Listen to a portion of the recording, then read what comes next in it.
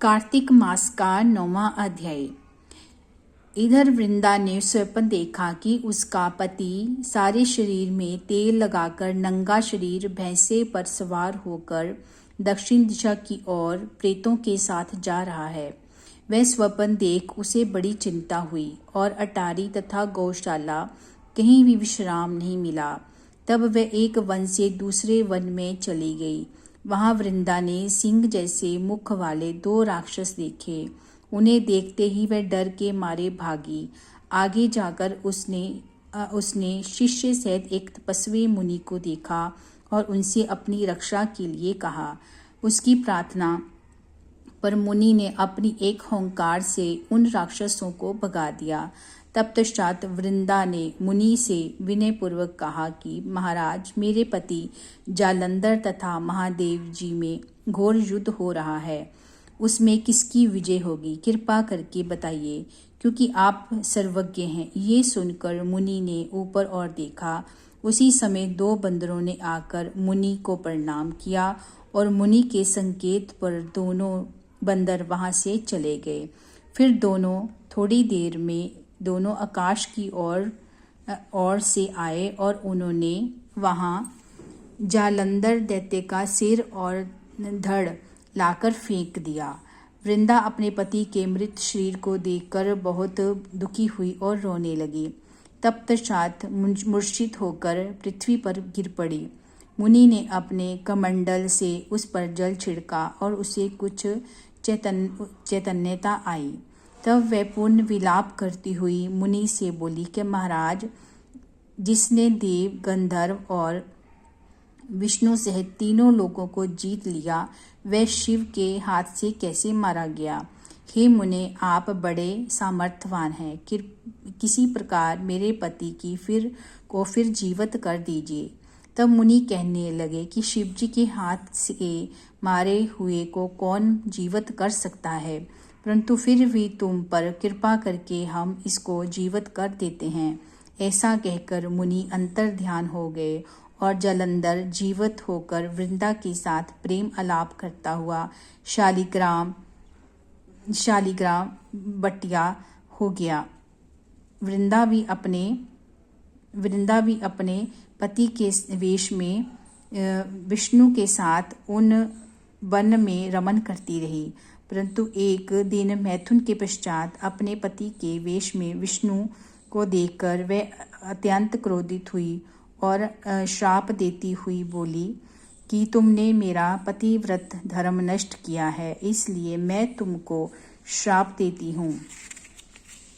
निश्चय ही ये कपट मुनि तुम ही थे और तुमने जो 2 राक्षस कपट के बनाए थे, वही कालांतर में तुम्हारी स्त्री का हरण करेंगे, और जो तुम्हारा शिष्य था वह बंदर रूप धारण कर तुम्हारी सहायता करेगा। फिर कहा कि तुम शिला पत्थर हो जाओ। नारद जी कहने लगे कि हे राजा पृथु, भगवान विष्णु ने देवताओं तथा अपने भक्तों के कार्य के लिए पतिव्रता वृंदा का यद्यपि शील हर लिया, परंतु वे मन ही मन अत्यंत दुखी हुए और बोले कि हे वृंदे, मैंने तुम्हारे श्राप को ग्रहण किया। अंत में अवश्य शिला रूप में हो जाऊंगा, परंतु तुम भी वृक्ष रूप होकर मुझको मिलोगी। उसी समय वृंदा अपने पति के चरणों का ध्यान करके विष्णु के मना करने पर भी अग्नि में प्रवेश कर गई और विष्णु वृंदा का स्मरण करके उसकी चिता की भस्म पर लौटने लगे। नारद जी कहते हैं कि हे राजा पृथु, इधर युद्ध में जालंधर दैत्य ने शिवजी को अति बलवान समझकर राक्षसी माया से पार्वती बनाई और उन्हें मारने लगा। उसकी इस माया को देखकर शिवजी नीचे को मुख करके बैठ गए। तभी अच्छा अवसर देख जालंधर ने अनेक बाण शिवजी को मारे। इस प्रकार शिव को संकट में ग्रसित देखकर विष्णु भगवान वहां पर आए और शिवजी को राक्षसी माया का ज्ञान कराया। तब शिवजी बड़े भयंकर वेग से राक्षसों को मारने लगे। शिवजी कि इस तीक्ष्ण बाण वर्षा के आगे शुंभ और निशुंभ भी ना ठहर सके और वे युद्ध क्षेत्र से भाग खड़े हुए। तब शिवजी ने उनको श्राप दिया, क्योंकि तुम युद्ध क्षेत्र से भाग गए हो, इसलिए पार्वती के हाथ से मारे जाओगे। उधर जिस समय वृंदा का पतिव्रत धर्म नष्ट हुआ, तभी जलंधर का बल समाप्त हो गया। ठीक इसी समय विष्णु ने अपना सुदर्शन चक्र अपने तेज सहित शिव को दिया।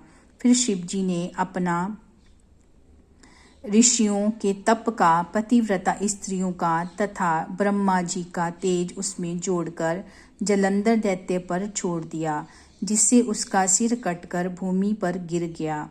सिर और धड़ अलग होते ही जलंधर का तेज उसके शरीर से निकल श्री शिवजी में तथा वृंदा का तेज श्री पार्वती जी में समा गया।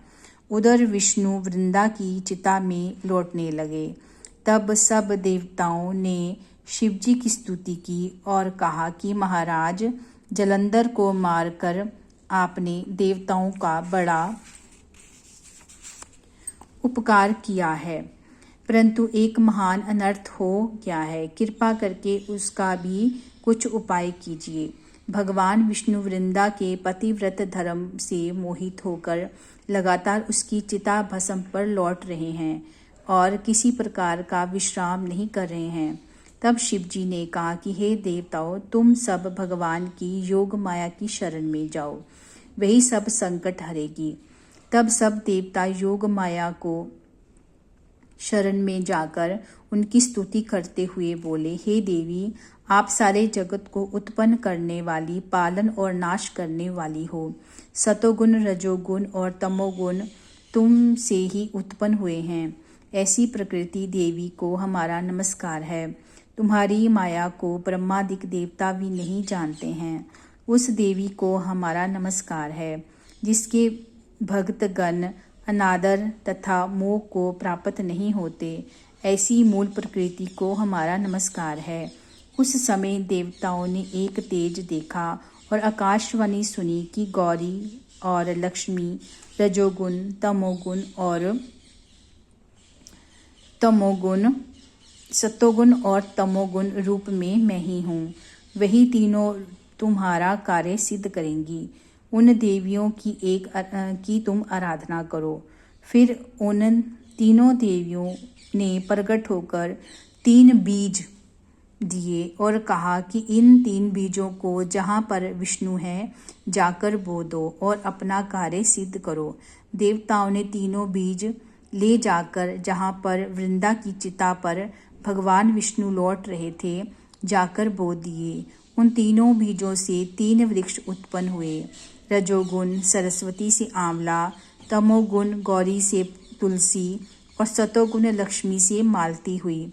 श्री लक्ष्मी जी ने अपना बीज ऐश्वर्य युक्त होकर दिया था, इसलिए मालती भगवान की पूजा में निंदित तथा आंवला और तुलसी भगवान को अति प्रिय है। इसी प्रकार वृंदा ने वृक्ष रूप होकर भगवान शालिग्राम से संयोग किया। इसी कारण कार्तिक के उद्यापन में भगवान की पूजा तुलसी के मूल में होती है। नारद जी कहते हैं कि हे राजा पृथु, जिस घर में तुलसी का वृक्ष है उसमें यमदूत कभी नहीं जाते। इसलिए जो तुलसी का वृक्ष घर में लगाते हैं वे यमपुरी नहीं देखते। नर्मदा तथा गंगा का जल और तुलसी का पूजन, ये तीनों कार्य बराबर हैं। चाहे मनुष्य कितना भी पापी क्यों ना हो, परंतु मृत्यु समय जिसके पास प्राण मंजरी सहित निकल जाते हैं, वे पापों से मुक्त होकर भगवान के वैकुंठ धाम को प्राप्त हो